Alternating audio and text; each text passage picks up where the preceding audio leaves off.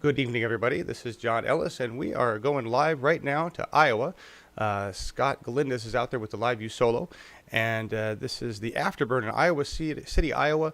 The Johnson County Our Revolution put this event together, and we're going to listen to a lot of progressive candidates talk about why they're running for various positions in Iowa government. And now, here is the AfterBern. You're dancing around at 2%. 2%.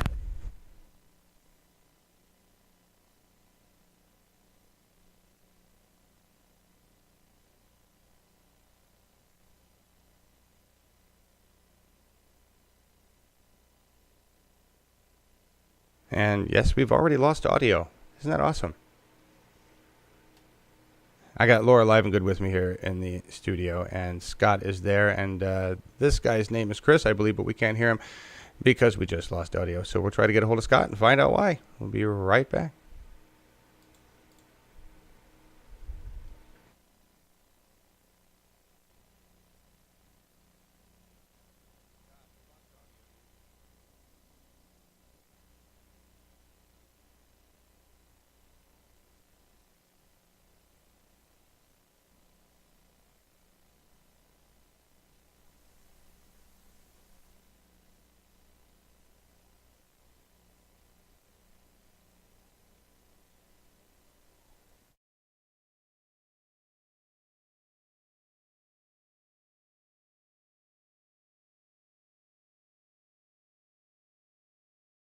And I have to say, when I was thinking about going into presidential elections this year, I didn't feel excited about anybody. And then Bernie came out, and I felt like, wow, this guy gets me.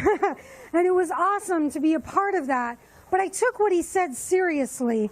After we went and, I served for Bernie, I decided I was going to run for nonpartisan office, and I decided to run for Coralville City Council. So I know a lot of you are from Iowa and some of you are from around Coralville, but you can look around in Coralville and see that the city of Coralville has given huge tax breaks to corporations.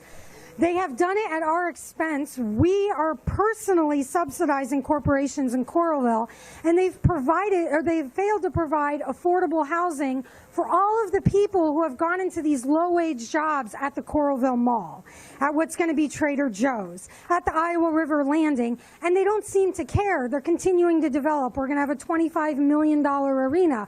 But where is our affordable housing for people that live in Coralville? We have a part of Coralville right now that is around the Kirkwood School District where students are being bused to the new Liberty High School, and Coralville buses cannot provide them transportation home after school. So if they do not have a ride from one of their parents who are probably working, they do not have transportation back home if they want to participate in extracurricular activities. Things are happening here in Iowa that we can fight. We can run for office. When Bernie said we were the revolution, I took that seriously and I signed up to run for office. To do the same. When he said to start working within the party, I was nominated for first vice chair of the Johnson County Democrats and got elected for that position. So today I couldn't see Bernie because I was at an executive committee meeting for the Johnson County Democrats. I am trying to help get the vote out for our next elections in 2018. That's my committee. So if you want to help get the vote out, you want to change what's going to happen in 2018, come see me. Come see me. We will get you out canvassing. We will get you knocking doors. We will get you phone banking. We will train you how to do it. We need your help. I'm looking around. I see people right now. Courtney Rowe needs our help. Joid Clemens needs our help. Cathy needs our help. We need to help everybody we can to get into office. All of us. And I want to say two more things before I walk off stage. I watch all the time. I'm on all kinds of Facebook groups. You guys add me to groups all the time. I work with Action Iowa and a lot with Indivisible. And I just came back from nationally organizing with the tax march. And I'm wearing this shirt that says "Not one penny." And the message that we're going for with this is tax reform is coming down. It's coming down from the national level.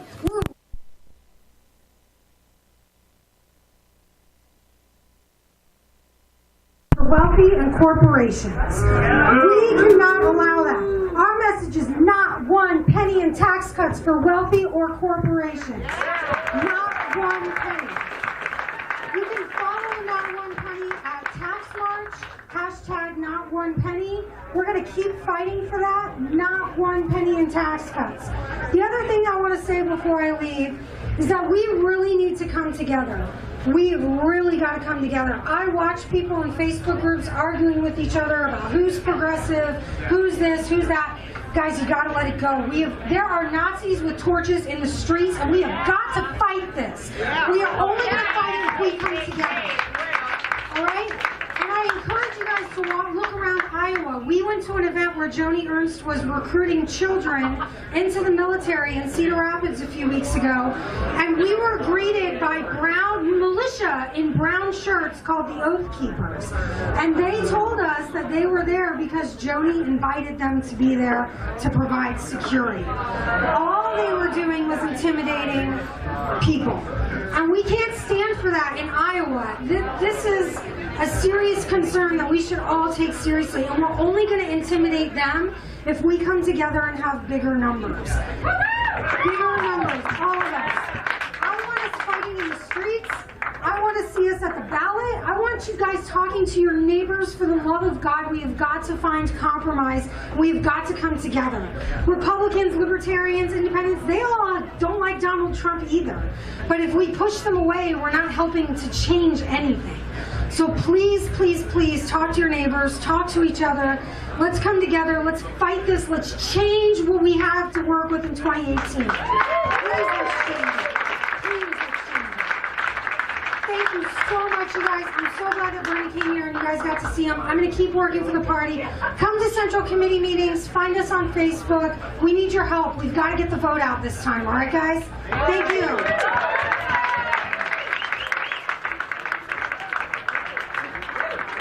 Thank you, Elizabeth.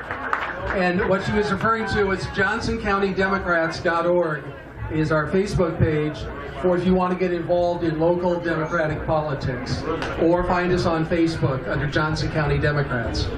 My name is Tom Karsner, and I've been around Johnson County for a long time.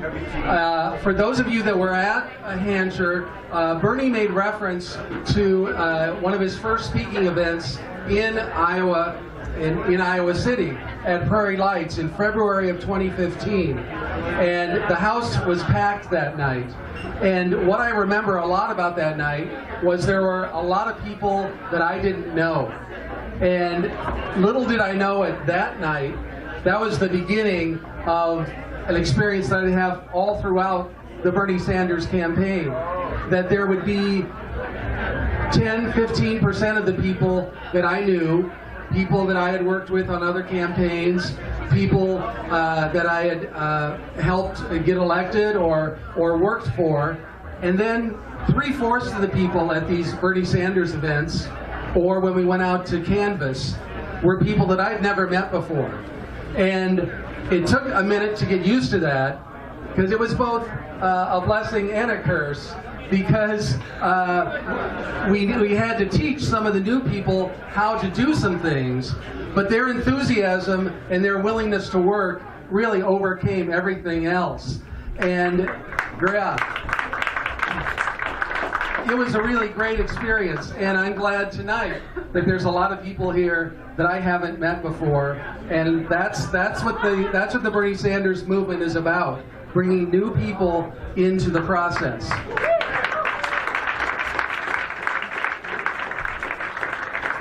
And before I introduce the next speaker, I want to tell you a little bit about our revolution.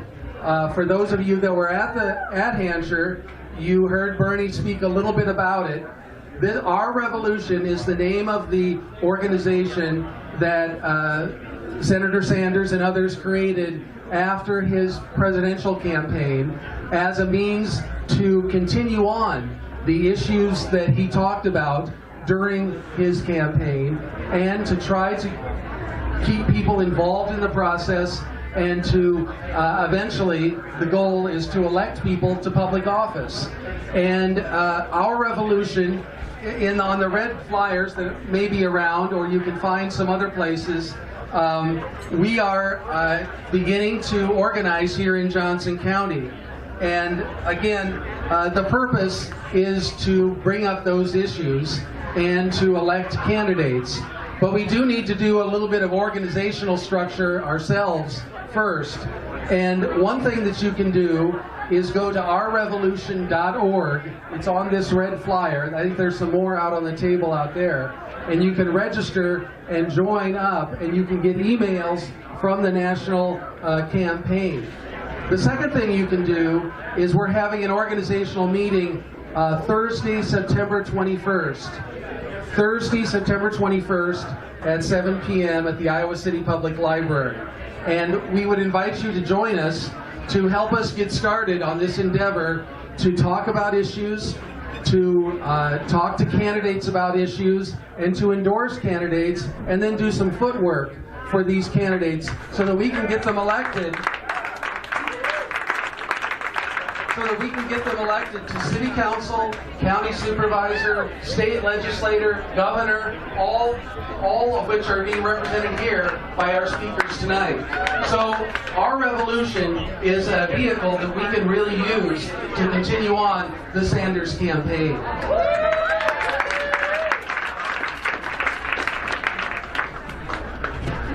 Our next speaker is a guy that I met him several years ago through other events and other campaigns, but he really showed himself to all of Iowa. He was one of the leaders, statewide leaders of the Bernie Sanders campaign, and he traveled all across the state. And I think he said something tonight that he heard Bernie speak about 140 times in Iowa, and Pete was almost always in the wings. But now he's stepping out of the wings and is, as of last week, a candidate for 3rd District U.S. Congress. Yeah!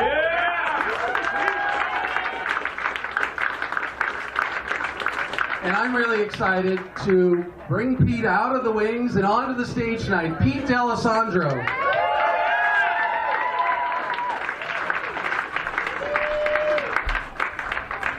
Thanks, Tom. Before I start into what I want to talk about, I always like to use these events when I have folks like you here to thank you. Thank you for what you did to allow me to have 16 months of the most amazing, enjoyable, and purposeful campaign that a person who works campaigns could ever hope to have. When you did that.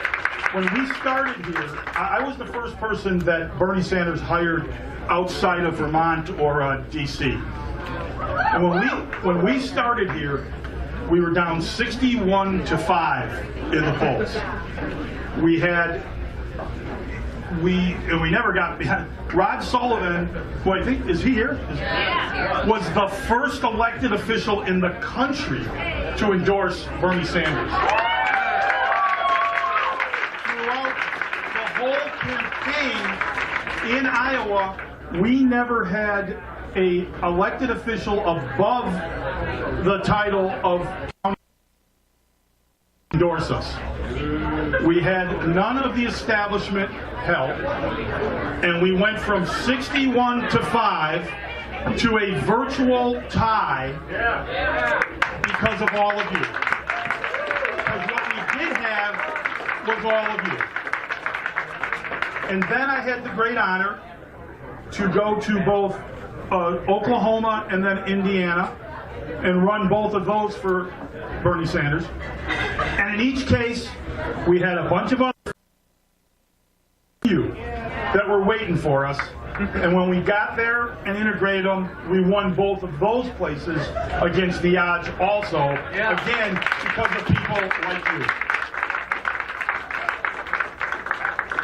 Last Friday, I had the privilege, actually, to present in front of the Unity Commission, which was set up with Bernie Sanders people and Hillary Clinton people to try to move this party forward in terms of the rules that we're going to have for our party as we move into the next few years. And there was a point during that discussion I was having when I was asked a question by, and this was pretty heady stuff for me, by James Roosevelt. James Roosevelt is the grandson of Franklin Roosevelt. I am the grandson of an Italian immigrant. And it was an amazing moment there when it hit me that what was represented there was later an incredibly beautiful tribute to the party that Franklin Roosevelt recreated and the country that both of those people helped to build. And it goes back to, again, folks like you in this room that did it. Franklin Roosevelt, John F. Kennedy, Lyndon Johnson. They were able to do the things they did because there were thousands of rooms like this with people like you throughout this country organizing. Change never comes from the White House. It doesn't come from the Senate. It doesn't come from the Congress. It comes from the work done in rooms like this.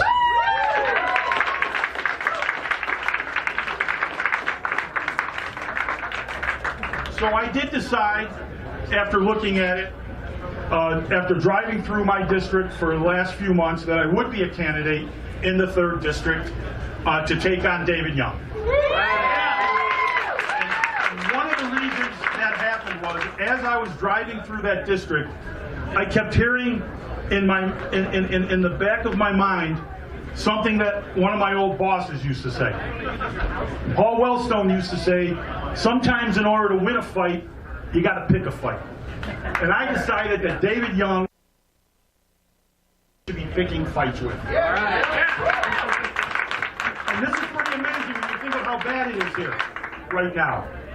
Since Donald Trump has been president, the #1 enabler that he has in Iowa, in terms of voting with him the most, is not Chuck Grassley, it's not Joni Ernst, it's not Rod Baum, who has like a weird obsession with the guy, it's not racist Steve King. The #1 person who votes the most with Donald Trump, 98% of the time since January, is David Young. That is why we need to replace him. All right.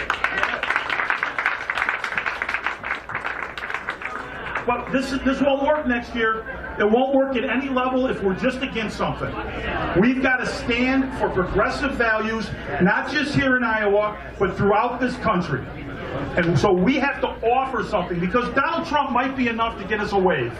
He might be enough to help us win an election. But if we don't stand for the right things, we are not going to win the future. And that is much more important than winning an election. We need to stand and be clear that we believe that we should put into law that there should be a living wage. Anybody who works for a living in this country should not be living in poverty.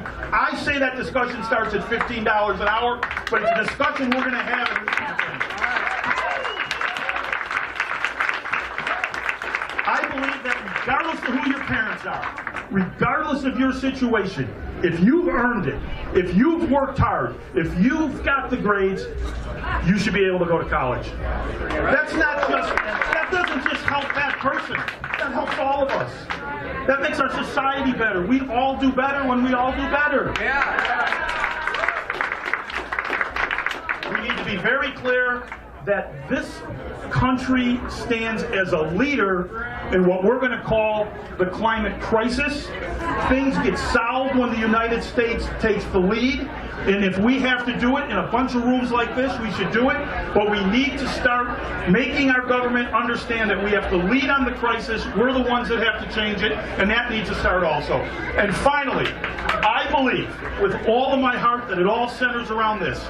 It's a social justice issue when you really think about it. Is this nation, as good as we are, we're seeing the goodness. Bernie talked about it today. We're seeing the goodness of people in Texas, of what's going on. This nation, as good as we are, needs to join those nations that we have historically called our allies and codify into law the simple but powerful truth. Healthcare is not a privilege, it's a right. I think that's a Medicare for all system, and we're going to talk about that in this campaign. Our primary in Iowa in next June is on the 50th anniversary of when we lost Robert Kennedy. It's the 50th anniversary of that. Robert Kennedy used to say that the future may be beyond our sight, but it's not beyond our reach. And that because we are free people, we have an obligation to grab it and to mold it to our will. I believe that if we stand for these things up and down the ballot throughout this country, a generation from now, they will look back at this time and they will say that is when the Democratic Party again heeded the words of Robert Kennedy, and instead of just trying to win elections, they tried to win the future, and because they tried to win the future, they started winning elections again. Thank you very much. Pete D'Alessandro! I love that guy. Thank you, Pete. Jump, you got it, brother. And Pete touched on something. I don't know, who believes in a living wage of $15 an hour? Who believes health care is the right that everyone's entitled to from cradle to grave? Who believes that we should have clean water to drink? I like you guys. Our next speaker stands for all these things, and she stands for a lot more than that. She's a labor activist. She's an organizer. She knows what it means to put her neck on the line to organize workers. And she comes from a really good union. And she's a union president. That's why I like her. I am too. UAW Local 74. But anyway, I want to introduce you to a lady running for governor. She comes to us as way of Coralville. Her name's Cathy Glasson. Have you guys ever heard of her? Right on. Give it up for Cathy Glasson. Come on up, Cathy.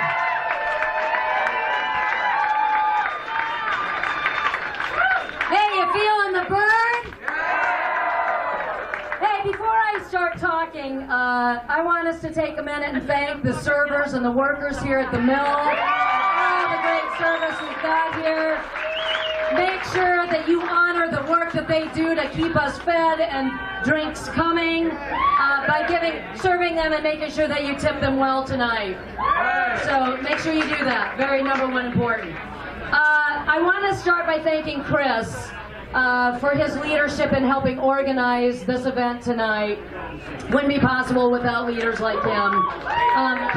I just want to say a few words about Chris because Chris represents a growing number of union leaders, young union progressive leaders in our state that understand that protecting what we have and burying our heads in the sand and hoping things will get better isn't working. And we need to mobilize and organize if we're going to change the way our state and our country are going. I also want to thank our revolution, because it wouldn't be possible to have our movement without our revolution folks that know that just winning elections doesn't work anymore, that we have to mobilize, organize, build the movement together and move Iowa, our state, Johnson County forward and our country forward. So thank you, our revolution.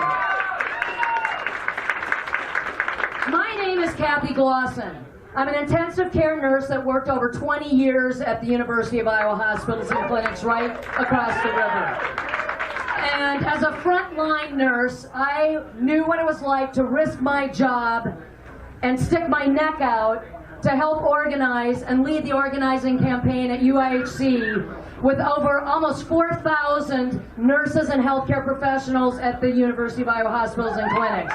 Some of those nurses that helped me organize are here tonight. So thank you for that leadership. But we didn't stop there. I I helped go out and organize 3 other hospitals in the state of Iowa so that nurses and healthcare workers had a voice on the job. And then I haven't stopped organizing since then. But let me cut to the chase tonight, because there's a lot of speakers and I want to get to the point. The #1 job of the governor of our state is to raise wages and improve the standard of living for all Iowans. The #1 job. And if you think about Kim Reynolds and the Republicans in the legislature, they failed on that job. They have failed miserably. And let me tell you how it plays out with the facts.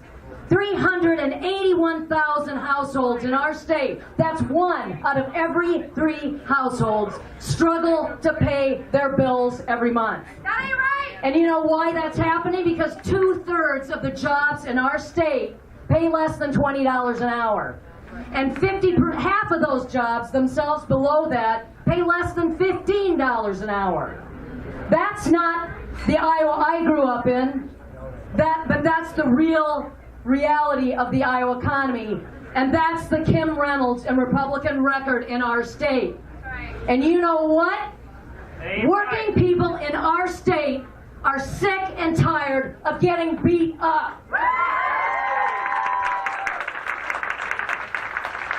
You know, I've traveled the state, whether it's from Dubuque to Moravia, from Milford to Keokuk.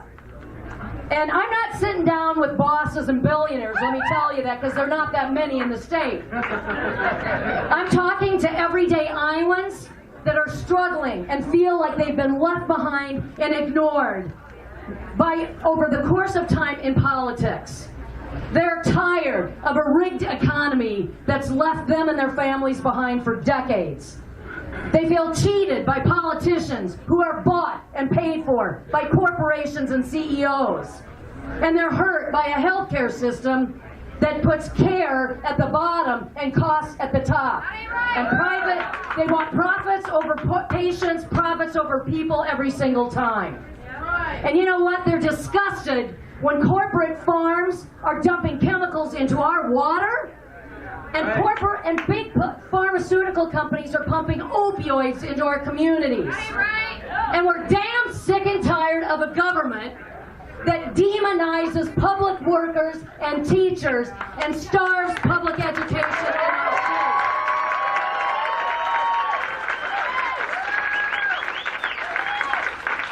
You know, the Iowans I've listened to are fed up. And here's what they tell me. We don't need another attorney, and we don't need another business person promising they're going to fix things for us. Because you know what? Ladies and gentlemen, brothers and sisters, that formula hasn't worked for decades, and it won't work now. Iowans are ready to rise up for a bold, progressive future in 2018. They don't want half measures. They want big, bold ideas to turn our state around. They're ready to rise up for $15 an hour. They're ready for expanding union rights. They're ready for universal health care. They're ready for clean water, safe communities, and strong public education and public services. Together we can win in 2018 if we listen to each other. We rise up and take back our state and build a stronger future for every Iowan. We can build this movement. My name is Cathy Glasson. That's why I'm running for governor. Join our movement.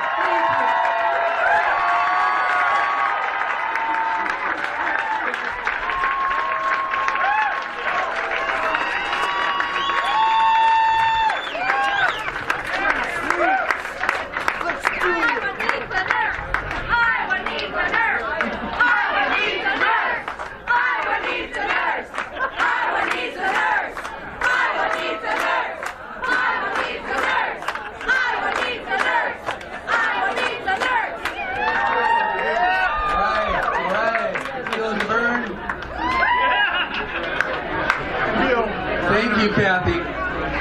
Another guy who I know feels the burn because he sung about it is not just a musician, but he's a real help in our community, helping out with a lot of organizations and other groups that are raising funds and that are doing good political work.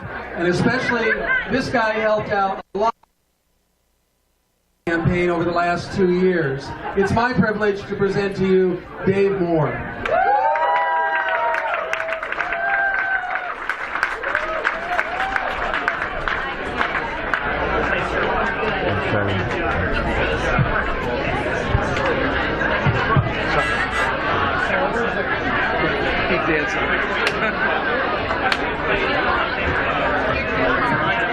All right, Carsner. Thanks for the intro. It's good to be here amongst all you heavy hitters, you know, movers and shakers, organizers. I'm only going to sing a couple songs, so you don't have to worry too much about it. Wow, it's loud, man. Let's turn that down. I don't like it that loud. A little louder than that, maybe. Everybody know Harold Hughes was? Harold E. Hughes? Yeah! Pete was talking about the 50th anniversary of Robert Kennedy's passing. What a thought. I heard Harold Hughes speak the day after Robert Kennedy passed, and he did a little, Harold bent my head, man. I did a little 180. I became something different than the sniveling little Republican I was at 18. I think I first saw Bernie at the Prairie Lights with about 13 people. Then I saw Bernie at the Civic Center with about 40 people, or no, about 102 or 300 people. Christ, I couldn't even get in, really. And then Pete asked me to come over to Des Moines and sing at a rally. So I needed a little material. Made up a tune. It's called Feel the Burn, if I can remember it. I still got the shirt. That's all I can say, man. It's like Superman, you know what I'm talking about? Little do they know. My little girl went off to college. I was proud as a dad could be. Man, she's working at night doing everything.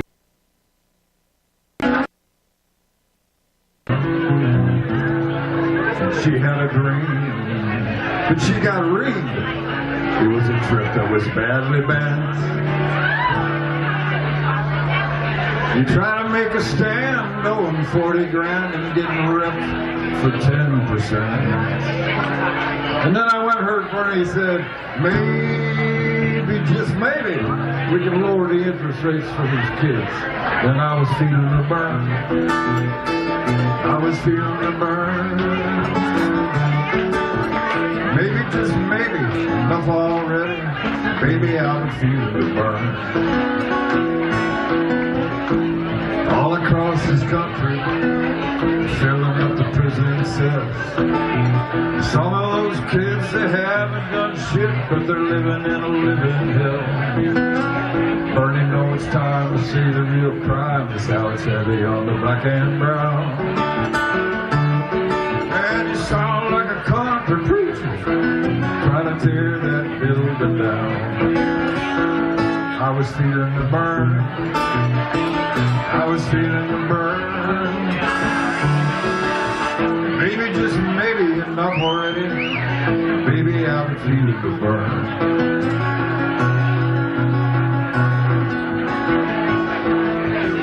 They try to call it class warfare. Well, that sounds good to me. Well, 1/10 of the 1%, man, they've been on a hell of a spree. We had the class to nicely ask, try walking in the people's shoes.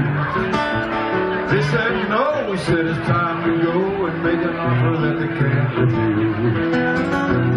Had me feeling the burn. Had me feeling the burn. Maybe, just maybe, enough already.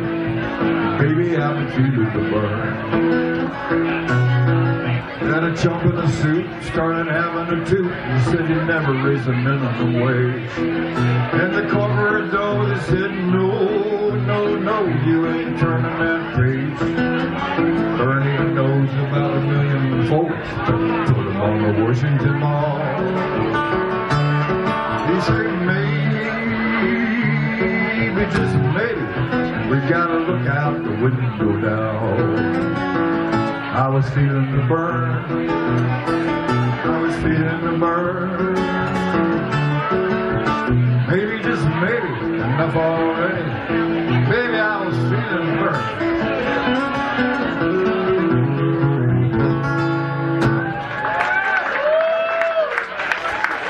All right, I'm gonna do one more song. One other little memory of that campaign. I was in Des Moines when they did the debate. It was pretty cool. It was the DNC picked the night for the debate was, I think it was the first home football game at night that the University of Iowa had ever had, and that's when they decided to do the debate. But Bernie did real good at that debate, in spite of not having any of the questions in advance. But anyway, I want to thank everybody that's here tonight that came from Coralville.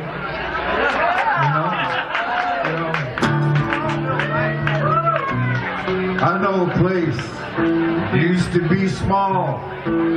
It's such a disgrace, and then they build a wall. They have the will. Talking about Coralville. You know, the old hippies hate it, but old hippies just complain. Y'all get a grip and jump on the gravy train. Nobody wants to go down to the mill, but they can shop at Coralville.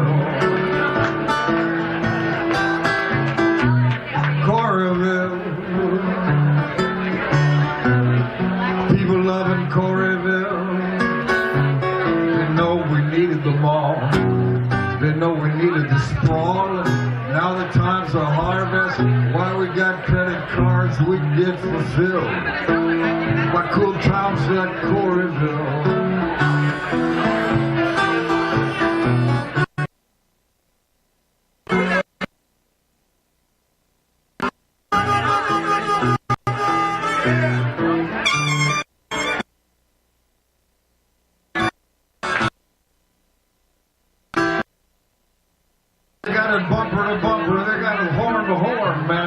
Boomtown baby growing up right next door. They go for the kill out in Coralville. And when the people get hungry as they drive to the mall, they got Hardee's and they got Wendy's and they got the Burger King and the McDonald's and the Burger Chef and the Taco Burger and Arby's and the White Castle and the Burger Bowl and Taco Burger and the Whataburger and the Burger King burgers. I've taught them all it's versatile. Go eat out in Coralville.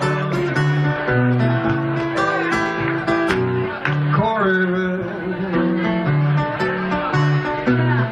People are loving Coralville. They know we had the mall. They know we wanted to sprawl.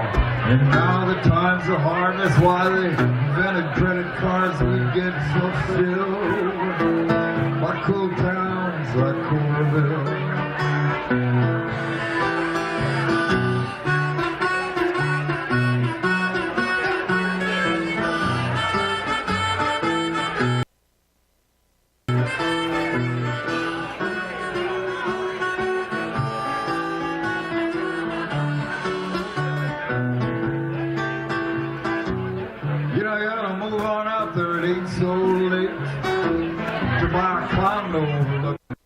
Interstate. I know it's a little shrill, but at least you're rocking out in Coralville. It really wants to go, you know. When you can all shop at Coralville.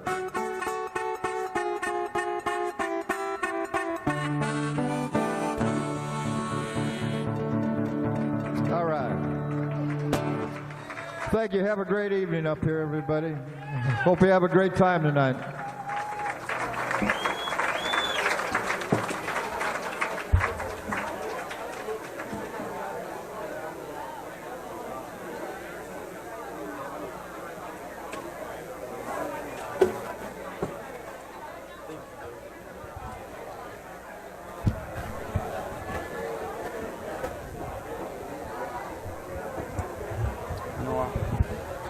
Screw the stand.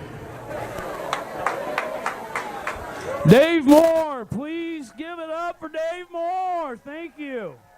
He definitely helps us fill the burn.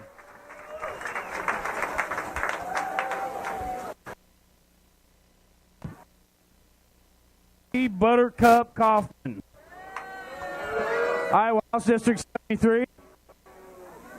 You ready to meet? Who's serious about getting money out of politics? Her name's Joid Clemens. Welcome her to the stage. Come on up, Jodi.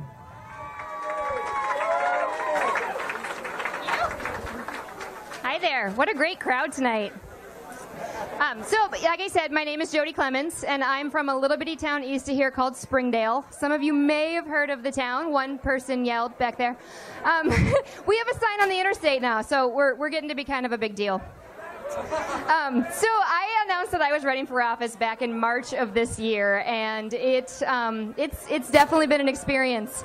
And it's been a big learning curve for me because I haven't been historically super involved in campaigns. I've done my phone calls and knocked on my doors, but I've never run for office before.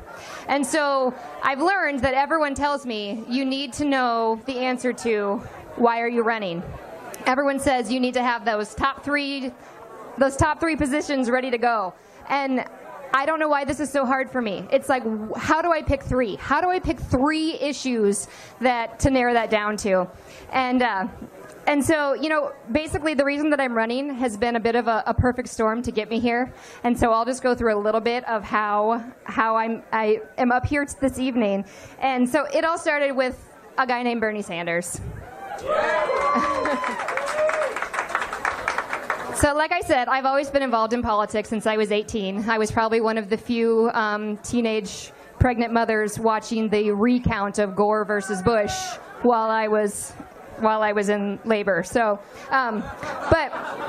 Bernie Sanders came along and he woke me up. How many of you here were woke because of Bernie Sanders? He woke me up and he said, pay attention and get involved. And so I did. I turned off my TV and I headed to my library and I started reading books.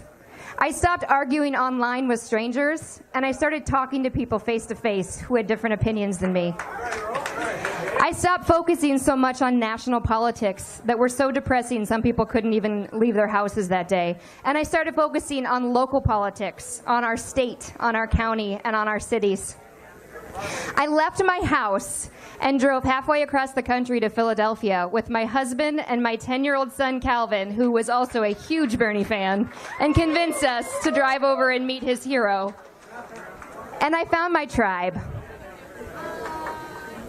As my awareness grew, my compassion grew. And as my compassion grew, my circle grew bigger of the people that I cared about. My voice grew louder. And it got personal.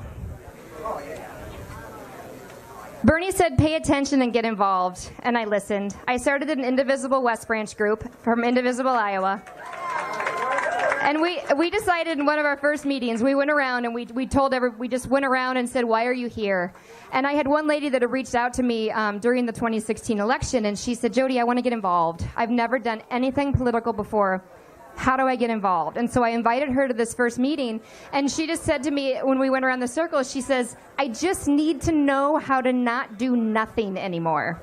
And I thought that was like a perfect statement for what so many people have woke up and started feeling lately. And so we decided at that first meeting that our group in West Branch was going to offer support to each other. We were going to focus on local action, and we were going to recruit some candidates. And so I started following around Bobby Kaufman. And I'm sure a lot of you have heard of him. And the more I followed him around, that question of, the question I started asking myself was, why not me? The more that I followed him around, I went to 50-50 in 2020 in the Capitol. I met lots of other legislators, and I realized that I can do this. And so I mentioned it's been a bit of a perfect storm. I have so many personal stories that connect to the issues that are affecting us today and as my circle grows bigger and as more and more people enter my circle and they're also being affected by things in our state legislature, it got personal for me. I was a teen mom, and I know what it's like to make that choice. And I used to work in healthcare. I have knowledge on the insurance side of things. I volunteer a lot in my community. I'm on my local community development group, so I know what it's like in small rural towns in Iowa. I'm a small business owner. I have an antique store. And all of the stories that I've been meeting with people around the area, every time they share their stories with me, it gets more personal for me, and I want to keep taking that on up to Des Moines with me. Because I'm an activist, and I'm an advocate, and I'm an ally. And so the question of why not me started becoming, how can I not? I started trying to go through all of the excuses as to why I shouldn't run for office. And the two main ones that it comes down for everybody is time and money. You know, I went to a forum with Representative Kaufman, and I asked him a question about local control. Where do you think local control of issues like minimum wage should lie? And he said, absolutely, I believe that the counties and cities should make their own choices, and that's why I voted no. And I thanked him for that, and I said, but what we need you to do in our district is to convince other members of your party that that's a bad idea. And he looked at me and he said, Jodi, I think you underestimate how much time that I have. He says, my pigs are going to go on Chapter 20 strike against me because I don't have time to be a farmer. And it was that moment that I'm like, okay, I'm going to do this. I'm going to challenge him because I will make time to be a leader. And I will convince other people that it is always right to put people and the planet above party and profit. And so when people ask me what my top 3 issues are, I usually only have to get through the first one. I want to get money out of politics. Because it is so hard to make progress on any of the other issues that we face if we can't get an even playing field in which to fight those battles on. And so what better way to prove that there's another solution to pouring thousands and thousands of dollars into a campaign than to help some of us, small donor candidates win. And what better way to send a message to these big donors that are dumping all the money into the Republicans than to help me defeat the Kaufmans who are running the Republican Party and running my district at the same time. I truly believe that 2018 is going to be a test for progressives all across this state and the rest of the nation. We have been listening to Bernie's word. We know that small donor-funded campaigns can work, but we have to prove it with some wins. And so I'm asking all of you here tonight, if not me, find someone that you can get behind, that you can be passionate about, and lend your time and your talents and your money, because we've got to start getting wins on this process, or I don't know what 2020 is going to bring. I want you to help me make it a world where leaders are selected because of the size of their heart and their willingness to serve others, not on the size of their bank accounts and the war chest that they have ready to fight with. And so I'll leave with a fair warning to the next people that come up to me and ask me why I'm running. My answer to you back is going to be fairly simple. Why aren't you?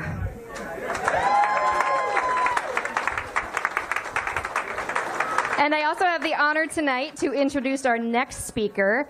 Nick Murphy is, he entered my tribe this year as well. And he's also super committed to getting money out of politics. And I'd like to invite him up here tonight to give you some ideas about some of the ways that we can do that. Thank you, Jodi. Hey, everybody. My name is Nick Murphy. And I'm a lot like you guys. I was born and bred in Iowa. I was born in Sioux City. I graduated, went to college here in Iowa. I live in Des Moines. I drove 2 hours to come watch this event and then speak to you guys tonight about one topic. And it's pretty simple. You know, I'm going to ask you guys a quick question. What would you do for $100? We're going to come back to that. Now, like a lot of you guys, you grew up in Iowa. Now I have a little baby girl. She just started kindergarten. And I think back to when I was in school, Iowa used to be a top 10 school with a bottom 10 budget. Now, we've lost that somewhere in the middle.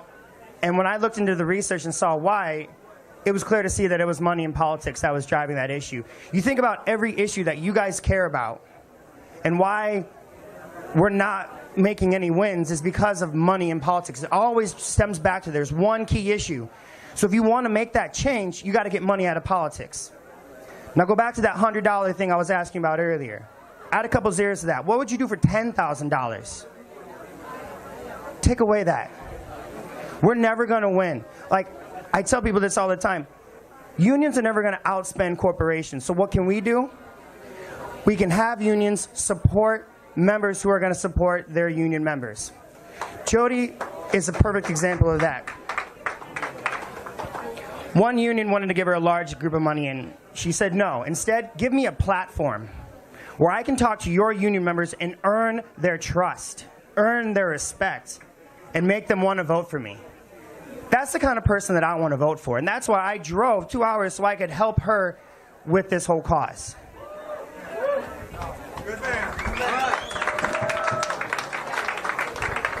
So I think about my daughter and her going to school and how Iowa isn't a top 10 school anymore and how we can fix that. I asked a politician this question, and he said he didn't know, but he knew that adding money to the problem wouldn't fix the solution.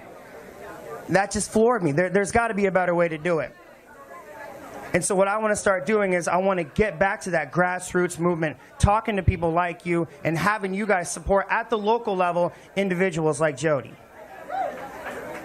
So I bet the biggest question is, how are we going to do that? How are we going to get money out of politics? It's pretty simple.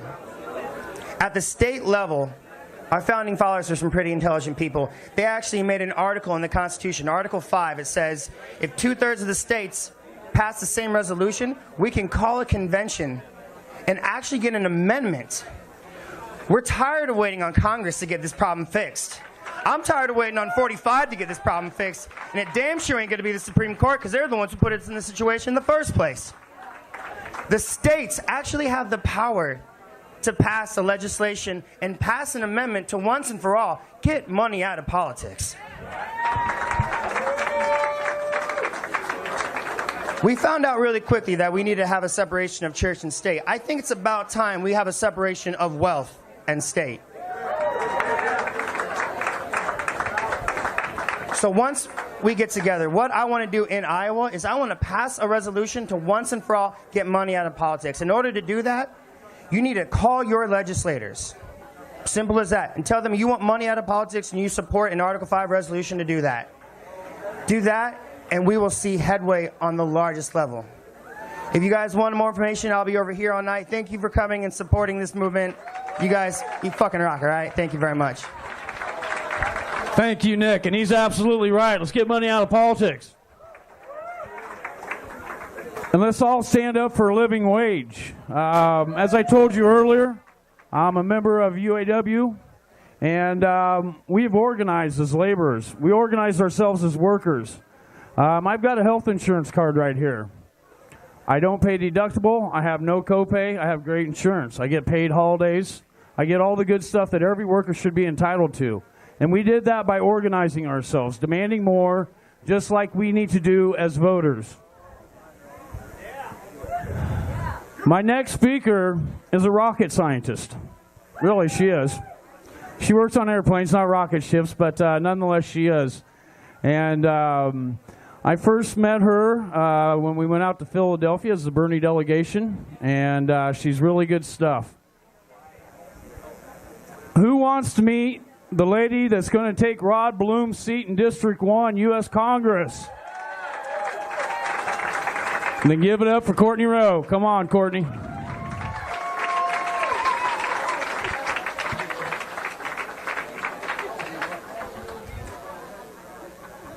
All right. Thank you, Chris. How's everybody doing? Yeah? Are we still fired up? All right. I'm used to going after a lot of speakers because when I travel around, my last name's Rowe, and everybody likes to do things alphabetically. So you're right in the wheelhouse of when I'm ready to go here. As Chris said, my name's Courtney Rowe, and I'm running in District 1 for U.S. Congress. I live up in Cedar Rapids. I've lived most of my life in the Midwest. I'm originally from a little town called Dayton, Ohio. You might know it as the home of the Wright brothers. Anybody? Yeah? Okay. All right. So they were the first aerospace engineers, so it may be no surprise that I myself became an engineer. I'm married, and I met my wife how I'm pretty sure all lesbians meet their wives, but I haven't done a scientific poll. We met at church. Yeah. We were introduced by our pastor, and we fell in love over Bible study. True story, totally true. And just a couple weeks ago, she just became the Reverend Raven Rowe, so I got to deal with that at home. So thank you for letting me come out here. And actually, my wife works as a chaplain right now at a local hospital. And she took this job because it's a passion of hers. She works in the chemical dependency and behavioral health units, which means she helps counsel people who are struggling with addiction and mental illness. And so she sees the problem that is going on here in Iowa with our mental health care. She sees people coming into the hospital that really could be treated earlier, but we don't offer that for these people. We don't have the preventative treatment for them.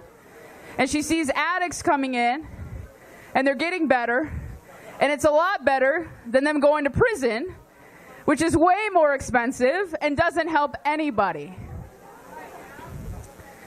Okay. So you may be asking, why is an aerospace engineer running for Congress? And it's a really good question. Well, what's driven me are two things my entire life. The first is the need to understand how things work, and the second is a calling to make them work better.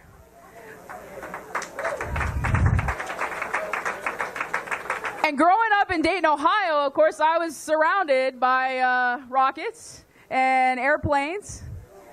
My senator was John Glenn, so this really seems like the right path. You know, you become an aerospace engineer and then you run, for government, so this totally seems normal to me. But, I didn't stop there. My interests expanded, and I started saying, how's our government work? How's the economy work? How's our military work? How does politics work? And that's why I have a minor in political science. I've studied economics. I served in the Air Force Reserves. And as soon as I graduated and I got my first job, a few months later, I started volunteering on political campaigns.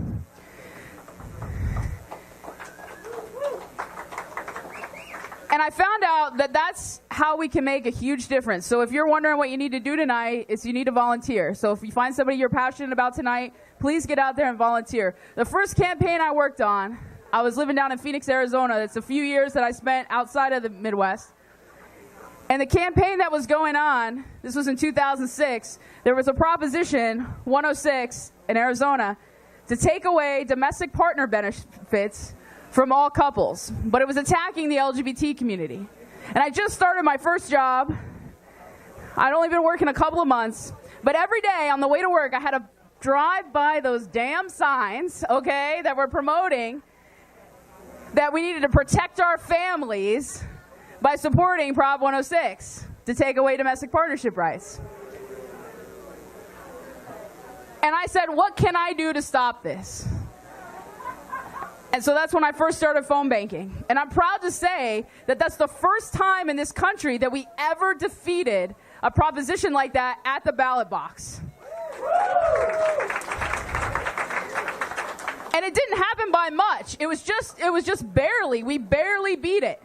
But it was a lightning rod for the LGBT community because it was our first win at the ballot box. We'd won some Supreme Court cases, but we had never won at the ballot box. And we said, we can do this. The tide is changing. The time is now. And I realized that every phone call I made a difference. And so if you think you're not going to make a difference, you will make a difference. Go out there, knock the doors, make the phone calls. That's so important. Okay, so what am I about? That's probably what you're wondering. Okay. As I look at our country, to make our country the best that it can be, we have to make sure that every American has the opportunity to be their best. And that's what my whole platform is based on. You can't be your best if you're sick and you don't have access to health care. And that's why I support Medicare for all.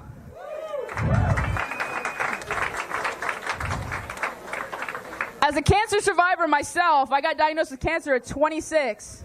I know how crippling medical debt can be.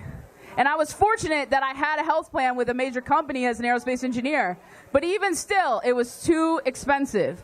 So we need to reform our for-profit system to make it affordable for everybody. Because you know what? Everybody wants the exact same health insurance. And that health insurance is that if you get sick or you get injured, you can go to the doctor and afford your treatment to get better.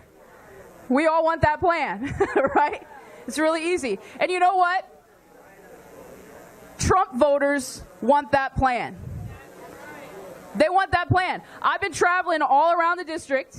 I go all the way up north. I go to the county fairs, and I don't shy away from talking to Republicans or talking to Trump voters. And I can tell you what, when I put my flyer out there that just says exactly what my positions are, they want Medicare for all. They may not support us on anything else, but they want Medicare for all. So we can win this.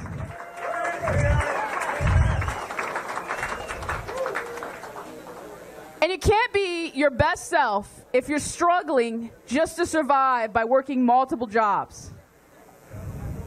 My mom was a waitress, single mom when I was growing up. And she was working 2 jobs and at night going to school at a community college to become an accountant. But we couldn't make it on 2 jobs. And so she had to drop out and take on a 3rd job bartending at night. Which means I slept on a couch at my great-grandma's house pretty much every night as a kid growing up until about 3 in the morning, 4 in the morning when my mom would get off work. And we still struggled. We still struggled. She still, with tears in her eyes, had to ask me if it was okay to put me on reduced lunch program. That's the reality that so many people in our country are facing, and it's not right. And the reason why they're ashamed is because we've all learned 2 things. First is that to be successful, it takes opportunity and hard work. Y'all heard that? Right? The lie is that in America, everybody has unlimited opportunity.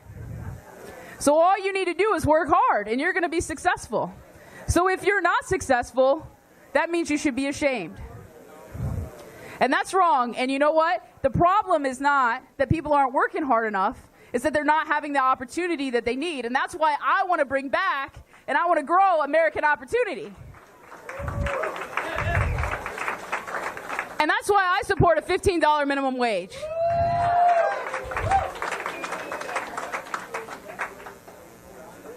And you know, our country is not going to be its best, most productive self. Our people aren't going to be their best, most productive self if they can't get access to the 21st century education and job training that they need.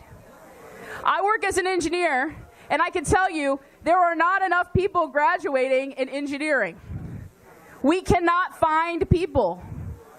We have job openings, recs, that sit for 8 months, and they won't let us open more because we really need like 20 people. We're hiring in India like crazy, not just because they're cheaper, but honestly because we can't find the engineers here. We need 21st century education and job training for our students. If you've done your job in high school, I support free tuition and trade school for all qualified students.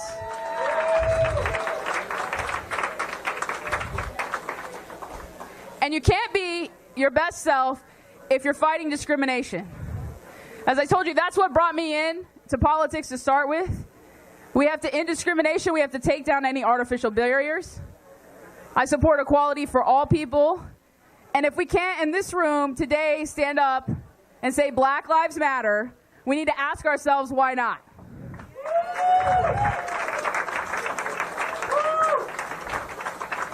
And finally, you can't be your best if you don't have clean water and an environment you can live in. And the next time somebody says, why do I care about the environment? Why do I care about saving Mother Earth? You tell them, you know what? The Earth will be here long after we're all gone. What we're trying to save is the environment for human survival. This is a war for our survival. That's what we're trying to save. And you can't do that when you're selling out to oil companies. Like some of my competitors in the primary. I oppose the Dakota Access Pipeline. I sent supplies. I sent money with groups that went and protested. And I think we need to restructure our agriculture bill like we did originally what the agricultural bill was for, which was for sustainable agriculture. And so that we can promote farmers doing the right things to grow healthy food for us and to keep our water clean.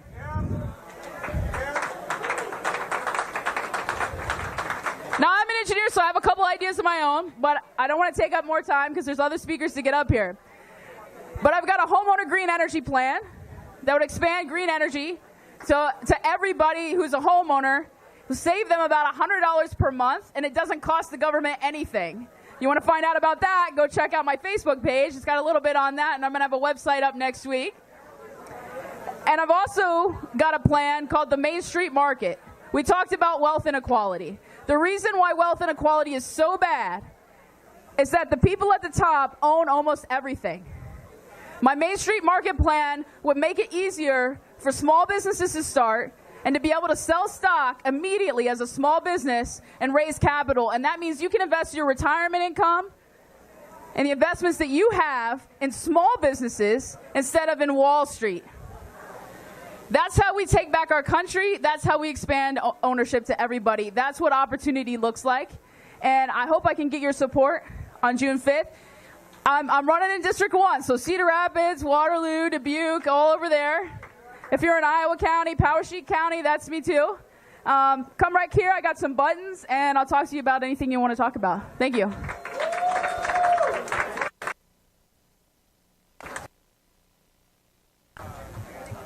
Thank you, Courtney.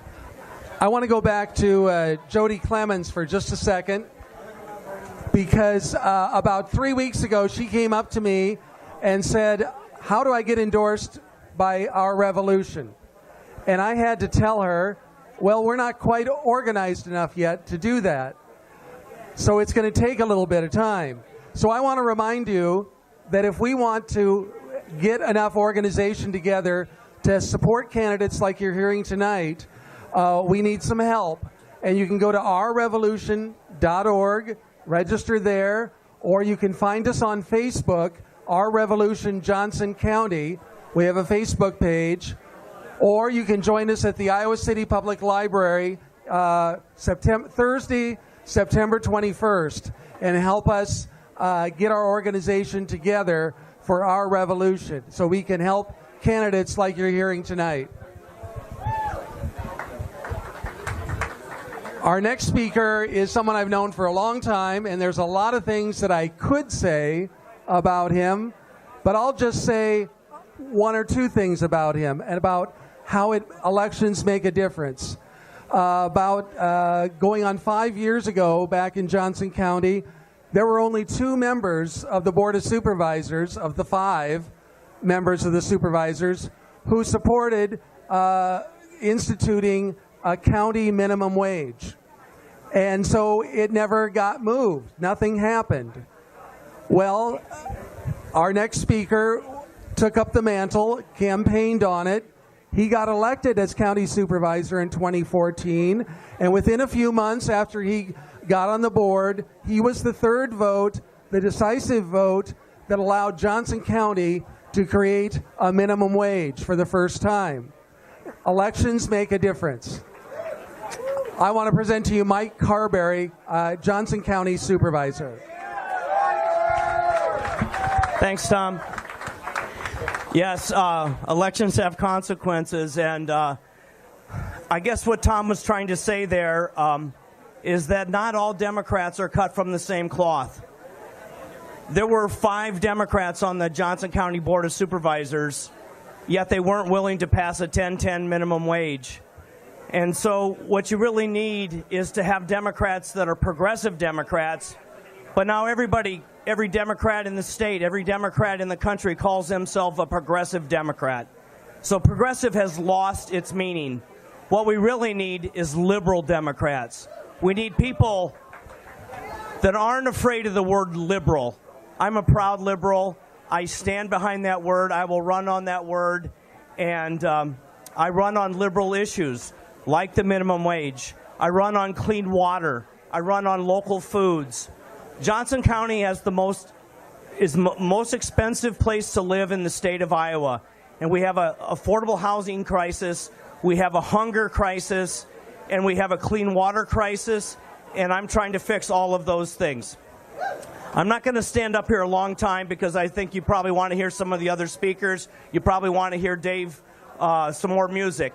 So one of the things I want to tell you about is that not only do we need to elect the right Democrats and the progressive, bold Democrats that are liberal, you need to separate them on the issues. Now, everybody up here tonight has talked about a livable wage of $15, and that's great. We all need that. They've also talked about free college tuition. We need that. They've also talked about Medicare for all, and we need that. So if all of those candidates are running on the same thing, there's got to be some ways to separate them. And I think Courtney mentioned the Dakota Access Pipeline. We need to hold all the candidates. We need to find out where they were when the pipeline was going through and where they stood and why they did or did not stand up against it. There's other issues like CAFOs. Iowa has the worst water quality in the country, and the corporate agriculture is destroying our water. It's destroying our way of life. We need to find out where these candidates stand on corporate agriculture and how we can get rid of the scourge of CAFOs. That's confined animal feeding operations. So when you have the opportunity to talk to these candidates, ask them some really tough questions. Hold their feet to the fire. Another thing we need to do is that we need to get our people involved in every election. Whether it's dog catcher all the way up to governor, we need to elect progressive Democrats. And so we need to get involved in these nonpartisan races that are coming up this fall. There's 52 seats up for re-election or up for election in Johnson County this fall. That's school board and city council elections. And we need to elect the right people because electing the right people matters. So my name is Mike Carberry. I'm a Johnson County supervisor, and I think about running for dog catcher. So if you see me on the ballot, vote for me.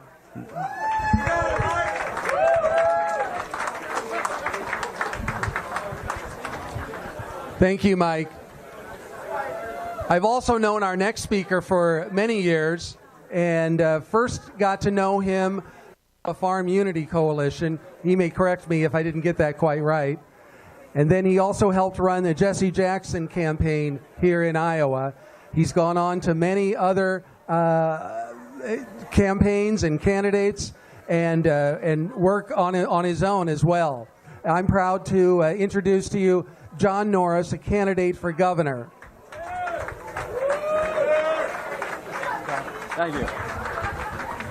Thank you. Great to be here with the revolution and everything you fight for. And we fight for.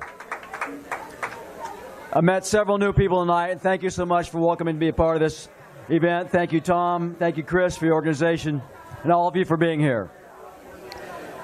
This is a campaign and a fight to contest for power against the wealthy special interests and corporate lobbyists who control our government today. This is about returning our government to the government for the people. Empowering people and have a government that works for people, not for special interests. I have fought my entire life for economic and social justice. This is an extension of that fight, and why I'm asking for your support to be governor of Iowa and make Iowa government a government for the people, not the special interests. When I worked with Tom Harkin to pass the Americans with Disabilities Act, it was about empowering disabled Iowans and Americans to have equal opportunity to succeed and flourish in their life in America. When I marched with Cesar Chavez in California with migrant workers, it was about environmental justice. When I marched with Paul Wellstone in Seattle against the WTO, it was about justice for American workers and trade deals that hurt the American economy and American workers and small businesses. This fight today is as important as any fight we've had about economic and social justice. It is about support for public education for the future of all of our children in this state. It is about rolling back this privatization of Medicaid, which was designed for profits for insurance companies, not for health care for our most vulnerable citizens. It's a fight for environmental justice and stopping, as Mike just said, the CAFOs and the industrial agriculture who are poisoning our water today and protecting our land for future generations. This is a fight that we've got to engage in. I ask you all to engage in this fight because it's about your future, our state's future, and the future of democracy, literally.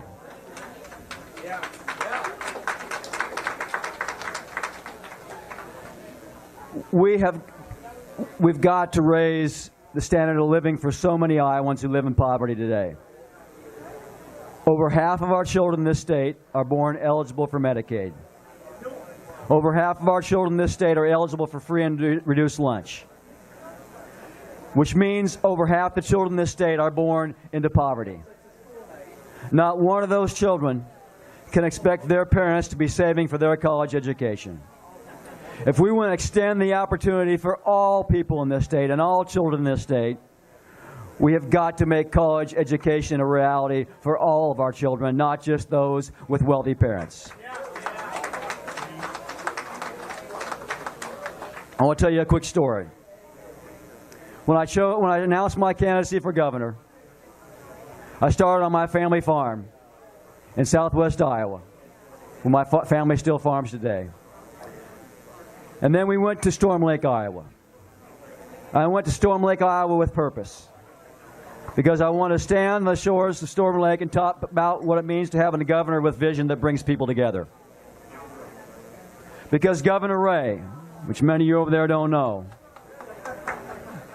but he had the vision and understood the values of Iowans when he welcomed Southeast Asian refugees to Iowa following the Vietnam War. We have to embrace our new Iowans as much as we embrace fifth-generation Iowans like myself. And 37 years ago, a gentleman named Adi Pompase, when he was 7 years old, moved to Alta, Iowa with his family from Laos, because Governor Ray knew Iowans would be welcoming to new Iowans. As it details it, the church ladies of Alta knew if he and his brother and sister would succeed, that they had to learn the English language, and they embraced them for their success. Adi is now the principal at my son's middle school. His brother and sister have gone on to incredible successful careers because the church ladies of Alta embraced new Iowans and made them a part of their community. We don't have enough church ladies to go around these days, folks. We, as our schools and our communities, have to embrace new Iowans as a part of our future, make their success tied to our future, because it is tied to our future. And what better leadership for Iowa in the backdrop of Charlottesville than for Iowa to say that we welcome people no matter the color of their skin, the language they speak, their religion, where they come from. They are all a part of our future. They are all a part of what we have to commit ourselves to as a welcoming state for all Iowans.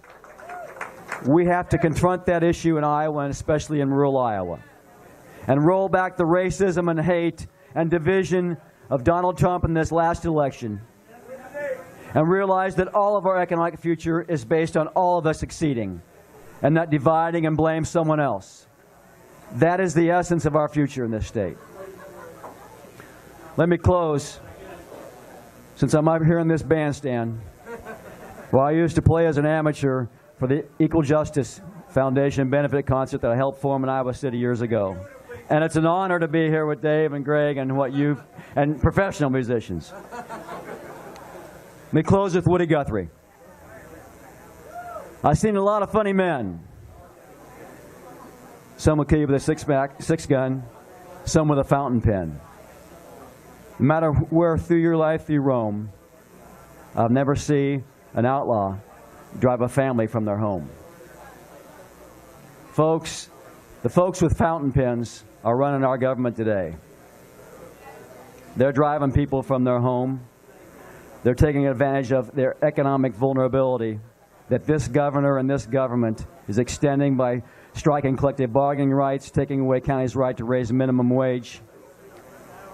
And we've got to fight back for economic opportunity for all Iowans. That's what my campaign is about, contesting for power against the wealthy special interests and corporate lobbyists who run our government today. Join me in this fight. Join this fight for economic justice and social justice for all Iowans. We will reclaim our government as one for the people. Thank you very much.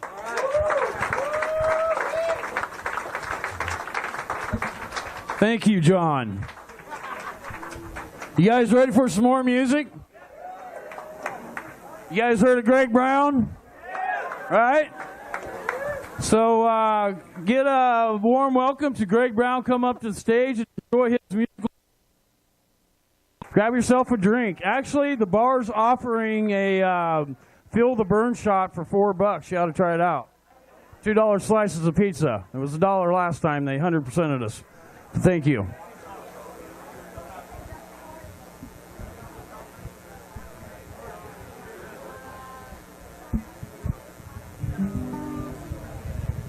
I better check my tune with you.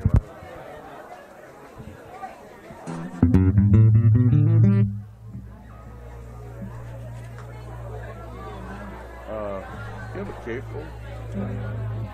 What's that? I was trying to feedback. Just give me like, I don't know.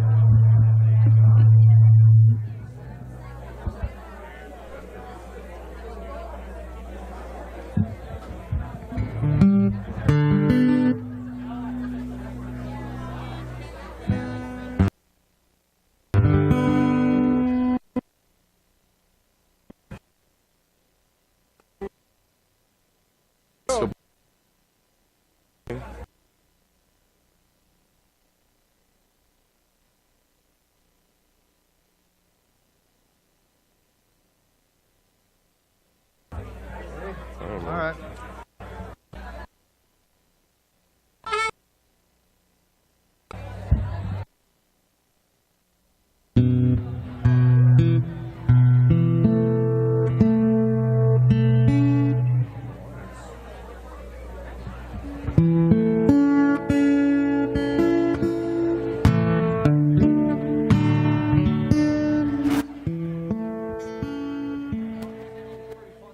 Hey everybody, thank you for joining us this evening. I'm not sure how many speakers there are left this evening.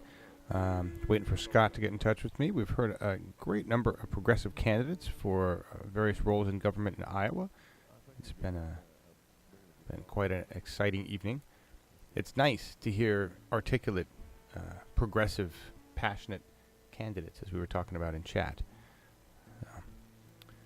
I don't know that there's maybe a couple more speakers. I know we've got a little music going on here, and I'll check in with Scott and see how much time we have left. Thanks for being here. I got my volume way down on my amp, so the level must be too high or something.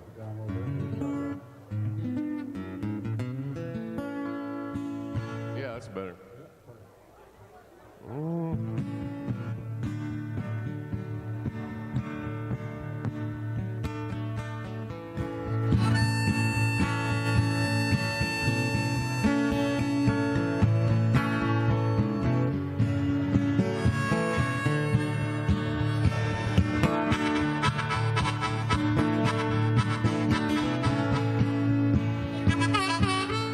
If you gather around the children, story I will tell about pretty boy Floyd the outlaw.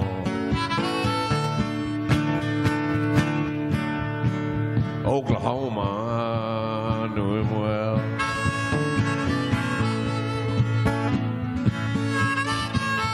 It was in the town of Shawnee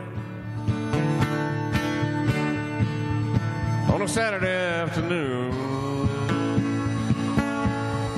His wife beside him in the wagon.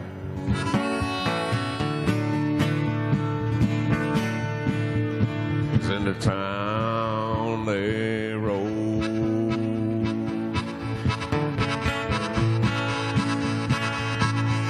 When the deputy sheriff approached them in a manner rather rude, using vulgar words and language,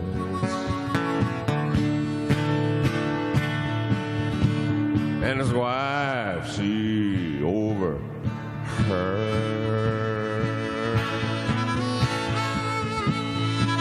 Pretty boy grabbed a log chain, and the deputy grabbed a gun, and then the fight would follow.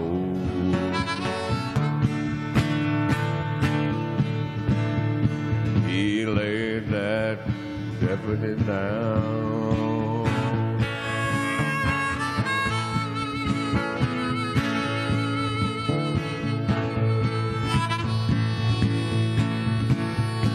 As many a starving farmer, same old story told, how the outlaw paid his mortgage, saved their little home. Well, they took to the hills and the holler, all along the western plain. Every crime in Oklahoma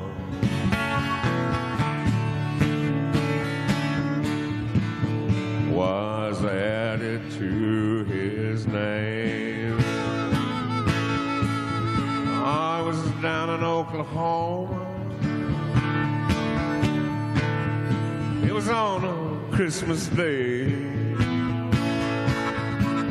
Came a whole train car of groceries,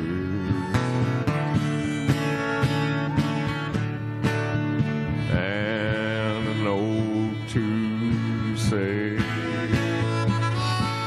well, you say that I'm an outlaw, you say that I'm a thief. Here's a Christmas dinner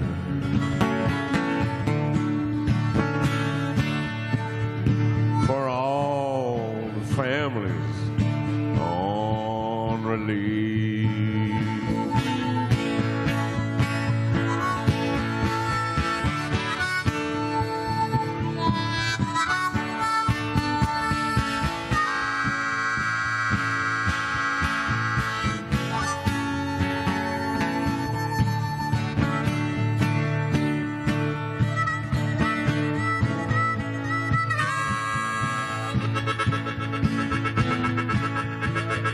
Well, it's through this world I travel.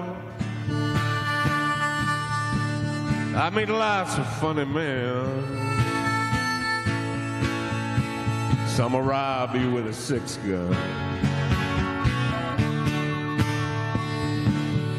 Some with a fountain pen.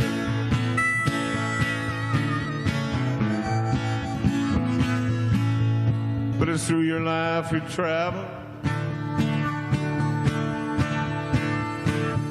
and it's through your life you roam. You will never see an outlaw.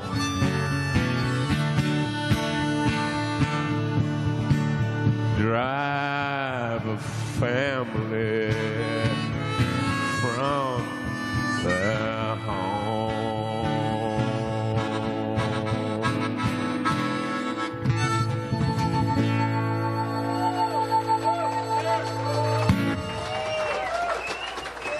All right.